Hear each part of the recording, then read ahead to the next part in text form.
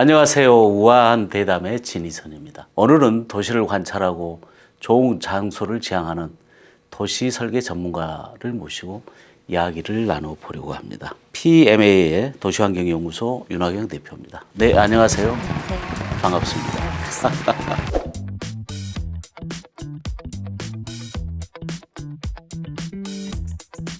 자, 사실 오랫동안 일을 많이 왔는데 뭐 저야 잘 알지만 네. 또 우리 시청자분들은 모르는 분도 있으니까 네. 무슨 일을 하는지 네. 소개 한번 해보시죠.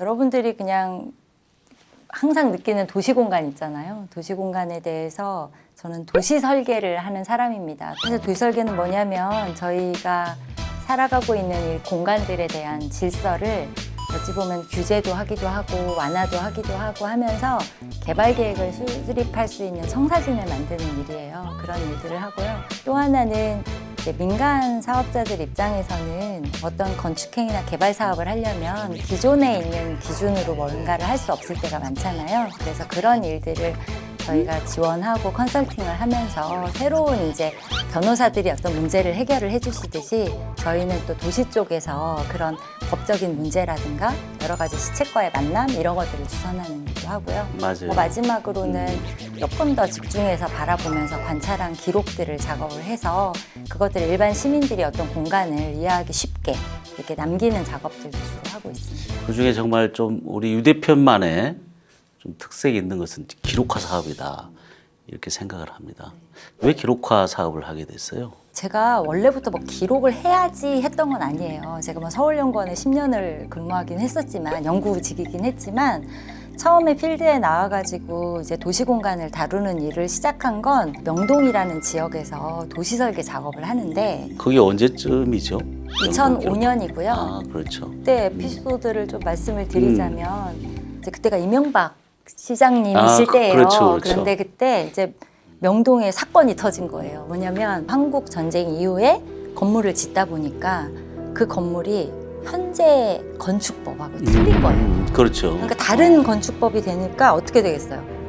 아시잖아요. 이행강제권. 그러니까 건축법에 안 맞아. 그러니까 뭔가 행위를 하면 이게 계속 벌금을 물어야 되는 상황이 됐는데 네네. 그 전까지만 해도 그래도 아름아름 이렇게 운영이 됐었나 봐요. 근데 2000년대 초반에 이 이행강제금이 약간 그 현실화가 되면서 현재의 그 지가가 반영이 되면서 제가 그냥 언뜻 들었던 금액이 1억이 넘게 이행강제금을 내게 됐대요. 그러니까 폭탄이네. 네, 그렇죠. 폭탄이 된 거예요. 그러니까 이제 김장환 회장님이라고 명동 상가번영의 회장님이 시장님을 찾아온 거예요. 저희 이대로는 도저히 안 됩니다. 그러니 이거를 해결할 수 있는 대안을 찾아주세요. 그래서 그거 지구단위 계획이라는 걸 쓰면 완화할 수 있습니다. 라고 해서 이 주소지가 일로 와서 도시관리과, 당시에는 도시관리과에서 지구단위 계획을 하게 된 거예요.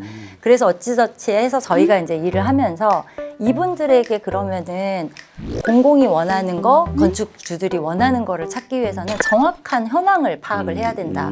그러다 보니 일제시대 때 이 땅이 어떻게 구획정리가 됐고 그리고 그 구획정리 안에서 좀 이렇게 일본식처럼 앞에는 좁은데 긴 건축이에요. 그리고 또 현재의 상황들이 어떻고 또 토지 소유주가 믿어지시지 않겠지만 조그만 필지에 200명이 넘는 필지도 있어요. 그러면 그런 필지들의 상황을 알아야 여기는 재개발이 될 수 없는 경우다. 그러면 건축을 할 수 있게 건폐율이나 뭐 현재의 법의 주차장 완화나 이런 것들을 해줘야겠다 한 거가 결국은 도시설계라고 하는 이제 지구 단위 계획으로 결정이 됐고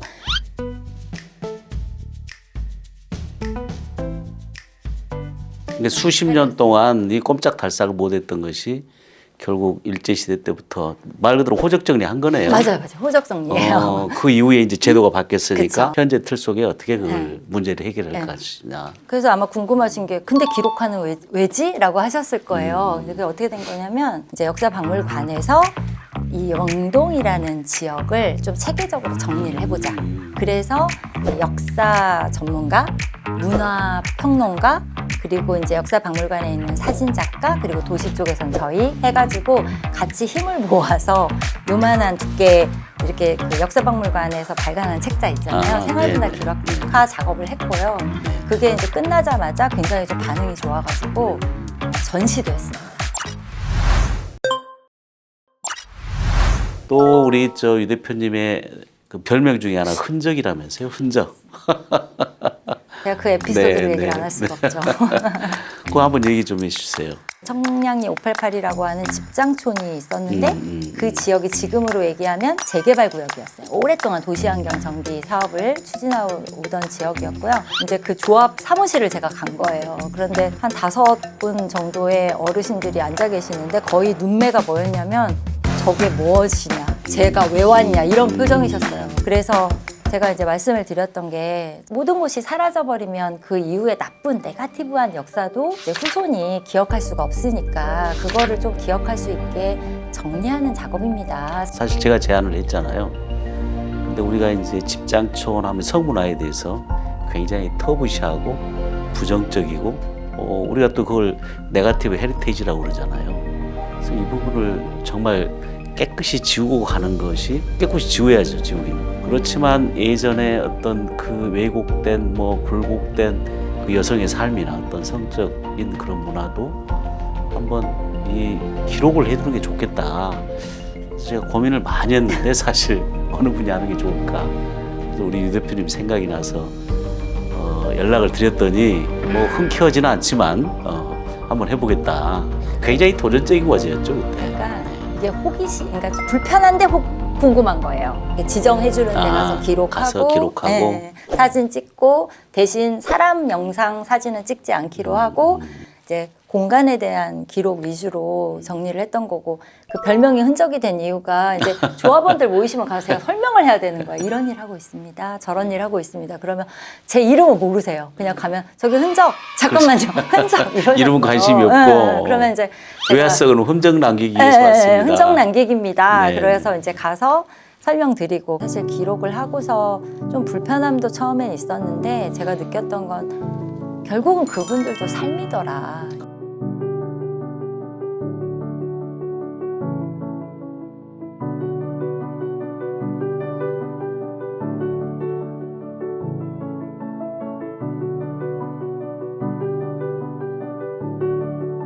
우리 이제 흔적 남기기 얘기하면서 그 북촌 얘기도 한번 해볼까요?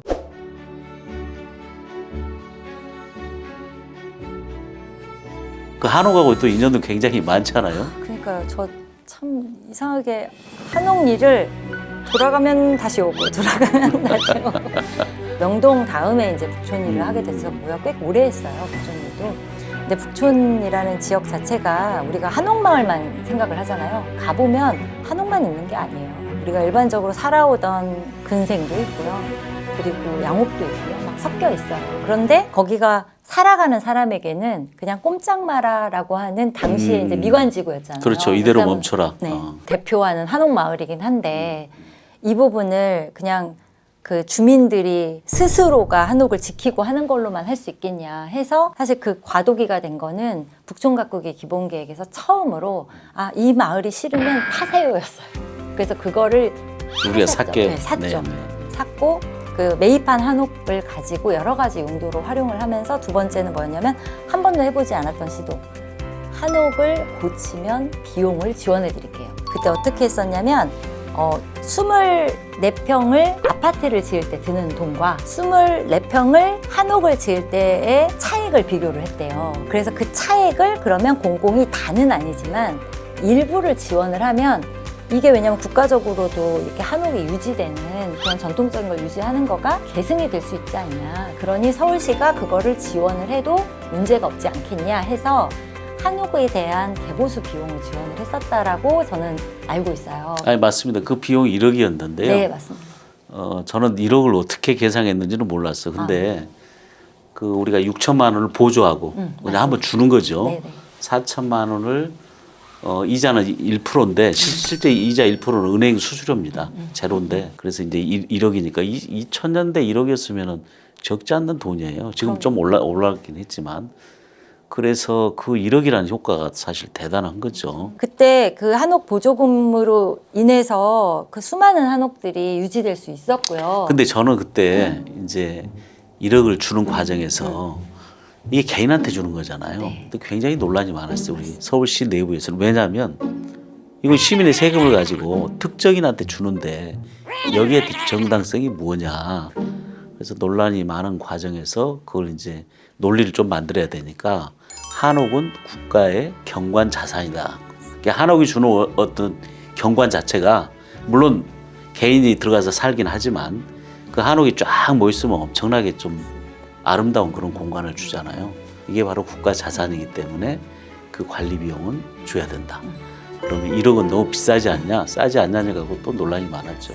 네, 한옥선언을 이제 서울시가 정책을 만들 때 그거를 이제 뒷받침할 수 있는 자료들이 좀 많이 필요했었고 그 논리 말씀하신 것처럼 경복궁과 창덕궁 사이에 사실 따지고 보면 그게 고 조선시대 때 한옥은 아니었거든요. 그렇죠. 근대식 한옥이었고 그렇지만 그런 질서를 가지고 있는 지역의 입지가 가진 상징성 그리고 그 상징성에 그 주민들의 불편함이 있었기 때문에 그거를 좀 개선하면서도 또 국가적으로는 경관 자산을 유지할 수 있다는 점 이런 것들을 어떻게 공감을 형성하지가 중요했고요. 그때도 지구단위 계획이라고 하는 작업을 통해서 진행을 할 때 공간에 대한 것들을 그 주민들의 의견도 듣고 실제로 실측도 하고 용도도 심지어 하나하나 다 조사를 했었어요. 그 이유는 뭐였냐면 이제 저희가 북촌을 하나의 북촌으로 보잖아요. 따지고 보면 저희가 14개의 동네로 나눴어요. 7개의 구역과 7개의 가로구역으로 구분을 했어요. 그래서 성격을 규명을 하고 주민들에게 공감을 얻어내질 않으면 여기는 왜 한옥으로만 지어야 돼요? 그렇죠. 네, 여기는 왜 용도가 왜 나만 커피숍이 안 돼요? 그렇지. 막 이게 되는 거예요. 그래서 그 논리를 충분히 설명을 하기 위해서는 기초적인 자료가 있어야 되고요. 그 자료를 기반으로 해서 도시계획을 수립을 해야만 조금 불편함도 있지만 화도 나지만 인정할 수 있는 부분들이 네, 되고 네. 또 공공의 입장에서도 승복의 과정이 필요한 그렇죠. 거죠.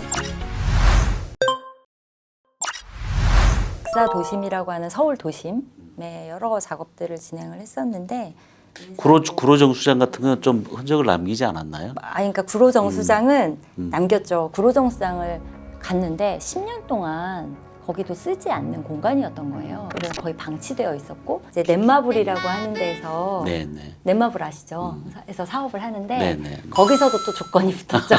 기록을 하는데 이왕이면은 조경 공간이나 외부 공간에 이런 공간을 좀 남겼으면 좋겠다라고 했었고요.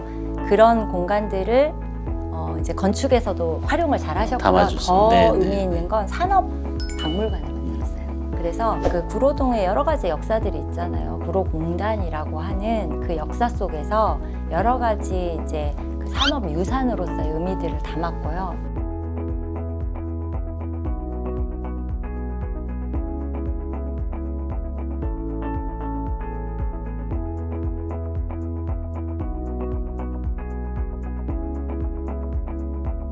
그 말씀을 하시니까 제가 생각나는 게 선유도 가보셨어요 혹시? 그렇죠. 네, 선유도가 옛날에 영등포 정수장이었어요. 제가 1990년대 초에 제가 그걸 감독을 하게 됐어요.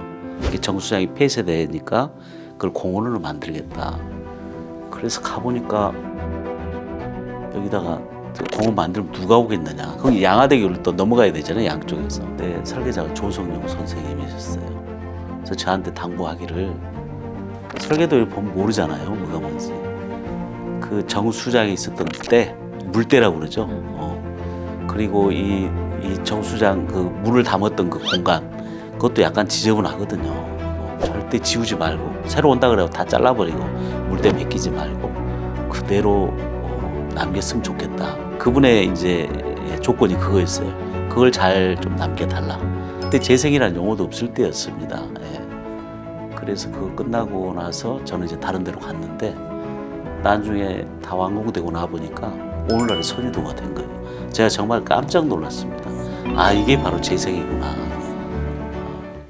사실은 이 제기동이라는 지역이 어떤 특징이 있냐면 시장에 적응한 그 60년대 말의 한옥의 형태가. 그래서 저희가 어떤 제안을 했냐면 우리 일반 독자들은 도시 계획이 뭔지, 도시 설계가 뭔지, 재생이 뭔지. 그 장충동에 가면 신세계에서 지금 신세계 남산이라는 건물이 있는데요. 제가 얼마 전에 가봤어요. 네, 거기가 그래요. 아주 기가 막히네. 네, 서울이라는 도시가 주는 그 무한한 다양성이잖아요. 그래서 저는 이제 앞으로의 그런 서울의 이슈는 개발만 중요한 것이 아니라 남겨진 지역들과의 조화로움, 그리고 또 거기에서 찾을 수 있는 여러 가지 세련된 가치 창출 뭐 이런 게 있다고 봐요.